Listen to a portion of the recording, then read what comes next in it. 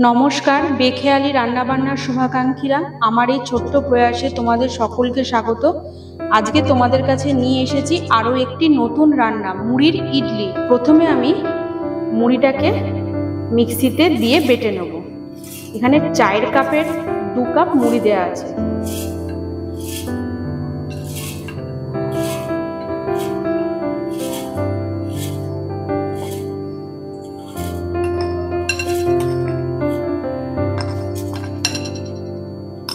এর মধ্যে অল্প পরিমাণে জল দিয়ে এটাকে আমি পেস্ট করে নেব।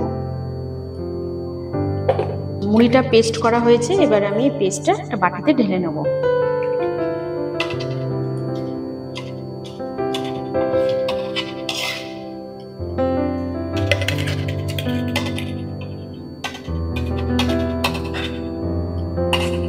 এর মধ্যে ছোট কাপের 1/2 কাপ সুজি দিয়ে দিলাম। যে পরিমাণ সুজি দিলাম সেই পরিমাণ আমি এখানে টক দই অ্যাড করলাম।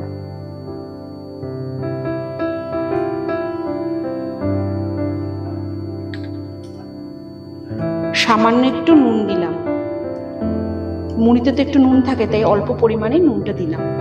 আর দিলাম 1 চিমটি বেকিং সোডা।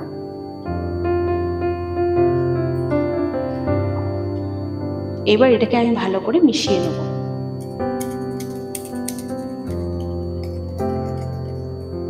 এটাকে ভালো করে মিশিয়ে নিয়েছি। এটাকে এবার 5 মিনিটের জন্য আমি এটাকে ঢেকে রাখবো।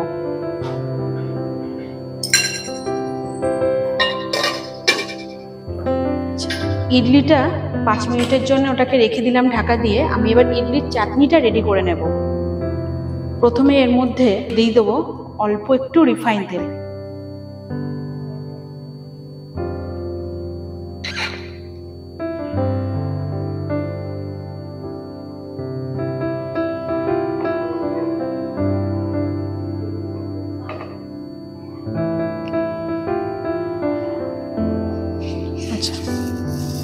তেলটা গরম হয়ে গেছে, এবার এর মধ্যে দিয়ে দেবো অল্প পরিমাণে ছোলার ডাল।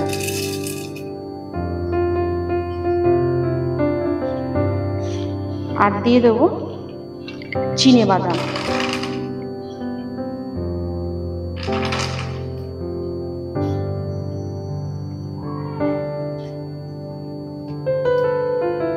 দুটো শুকনো লঙ্কা। আর দিয়ে দেবো অল্প পরিমাণে নারকেল কোড়া।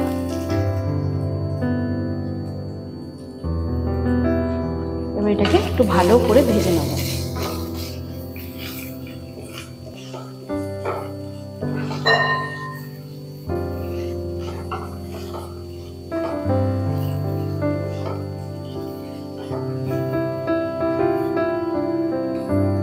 এর মধ্যে দেবো সামান্য পরিমাণে অল্প একটু নুন।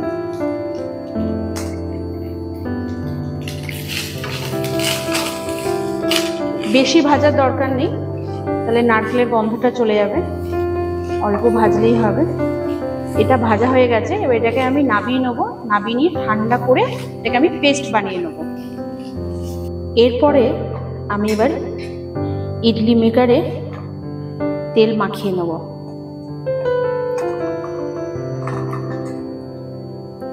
ইডলি মেকারটা একটু ছোট, স্পেসটা কম।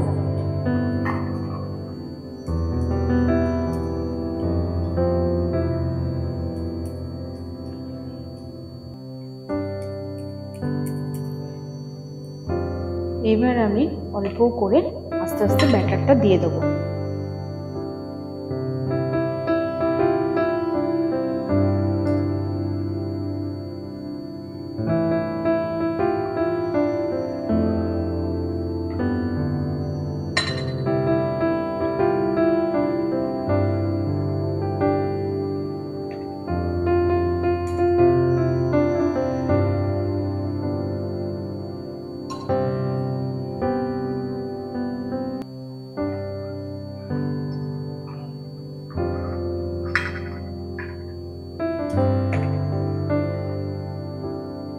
অল্প অল্প করে দেবে, বেশি দিলে আবার উপচে পড়বে।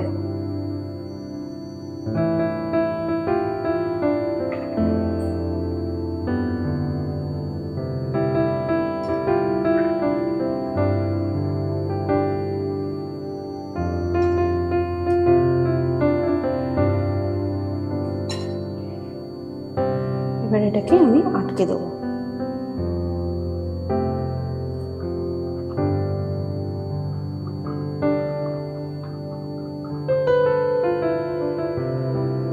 কড়াইতে আমি অল্প জল দিয়ে দিয়েছি। এবারে ইডলি মেকারটা এর উপরে আমি বসিয়ে দেবো।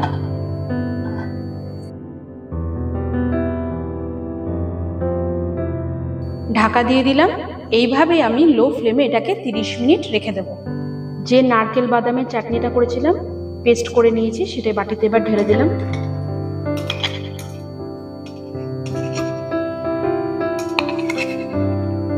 এবার এর মধ্যে একটু ফোড়ন দেব। কড়াইতে একটু রিফাইন তেল দিয়ে দিলাম। চাটনির সম্বারটা বানিয়ে নিচ্ছি।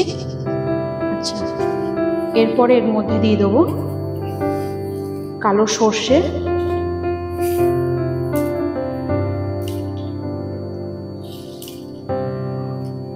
দিয়ে দেবো হচ্ছে অল্প একটু হিং, আর দেবো অল্প একটু তিল, সাদা তিল, আর দেবো কারি পাতা।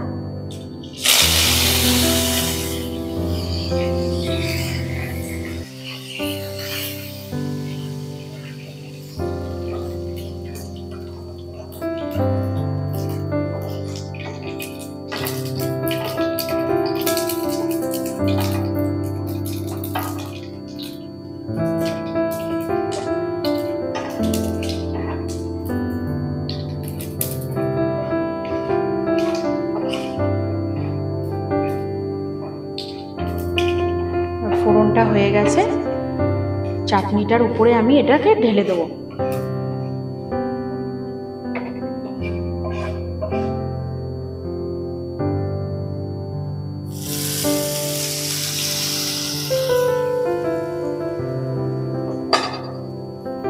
এটাকে একটু মিশিয়ে নেব।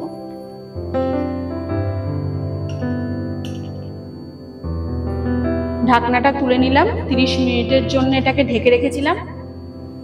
এবার এটাকে আমি ঠান্ডা করতে দেব। ইডলিটা আমি ঠান্ডা করার জন্য একটু রেখেছিলাম বাইরে, ঠান্ডা হয়ে গেছে। এবার আমি এটাকে এক এক করে তুলে নেব।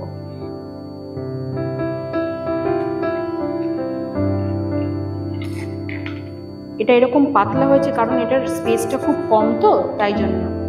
এর ডিপ থাকলে আরো সুন্দর হতো।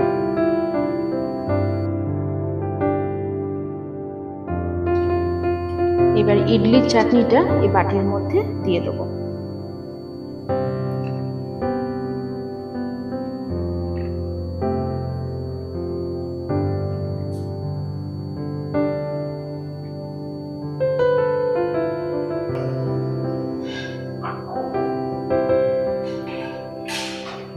খুব সফট হয়েছে, একবার তোমরা বানিয়ে দেখো বাড়িতে, খুব সুন্দর খেতে লাগবে মুড়ির ইডলি। আমার আজকের রেসিপি মুড়ির ইডলি তৈরি। আশা করি তোমরা আমার সঙ্গে মুহূর্তগুলো উপভোগ করেছো। আবারও দেখা হবে পরবর্তী নতুন এক কোনো রান্না নিয়ে। ততক্ষণ সকলে খুব ভালো থেকো, সুস্থ থেকো। ধন্যবাদ।